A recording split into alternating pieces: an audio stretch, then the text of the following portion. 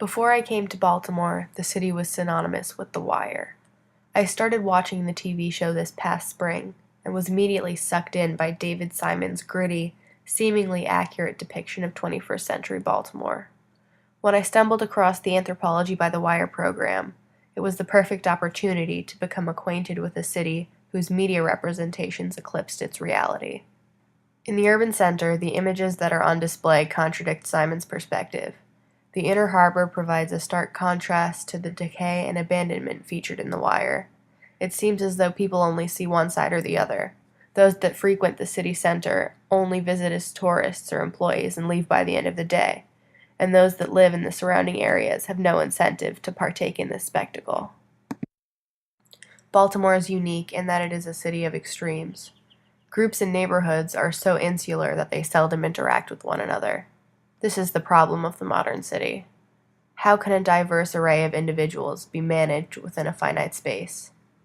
This segregation by race, gender, social status, economic background, and family history is a major contributor to the unraveling social fabric.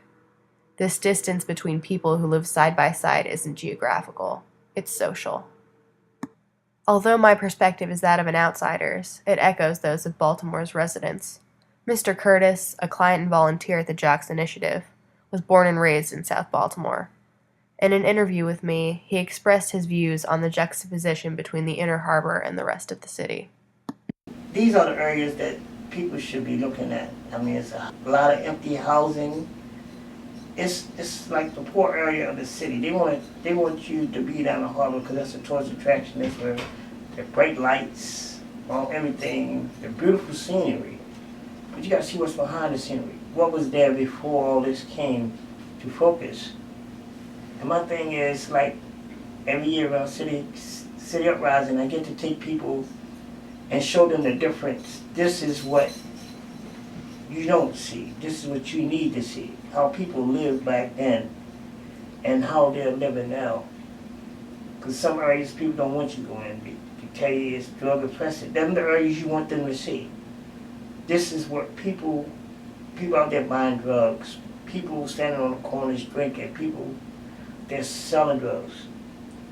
I mean, you got to see the whole city, not just one part of the city, which is a tourist attraction where everything looking so good. You have to look at the good, the bad, and the ugly, and there's a lot of that here in this city. Let me see, we had a group of students one time we took down to the harbor. When we first met them, I showed them the rough sides of the city, and then they got a good view of the tall ships that came in that day, and got sightseeing all around the harbor and how you like it. But then, how do you feel about this part here where it's boarded up housing, children running around in the street, women prostituting themselves on the corners?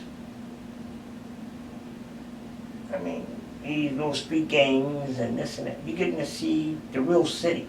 You're not just saying, okay, oh, the harbor is so beautiful. Don't just go home talking about the harbor. Talk about what's happening in the city, period. As Mr. Curtis said, it's crucial to view Baltimore as a whole, not just as a mosaic of extremes. The way it is now, it is extremely difficult for the different parts to mesh together. Now, when I look at Baltimore, I see a city that's been hurt by the same processes that are affecting urban areas worldwide. What sets it apart are the rigid media representations that have frozen it, its people, and its progress in time. In reality, it's flourishing and vibrant. Although it may not be from an economic perspective, it's the lives of the people themselves that define the city. Over these short weeks, I've met so many inspiring and empowering individuals. They are a testament to the resilience of humans. They make the best of their situations and optimistically keep their eyes on the future. In spite of layoffs, positive HIV diagnoses, and other tragedies, it's obvious that the people of Baltimore aren't going to give up.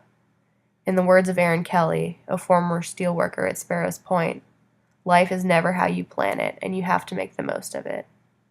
And this is what they've done.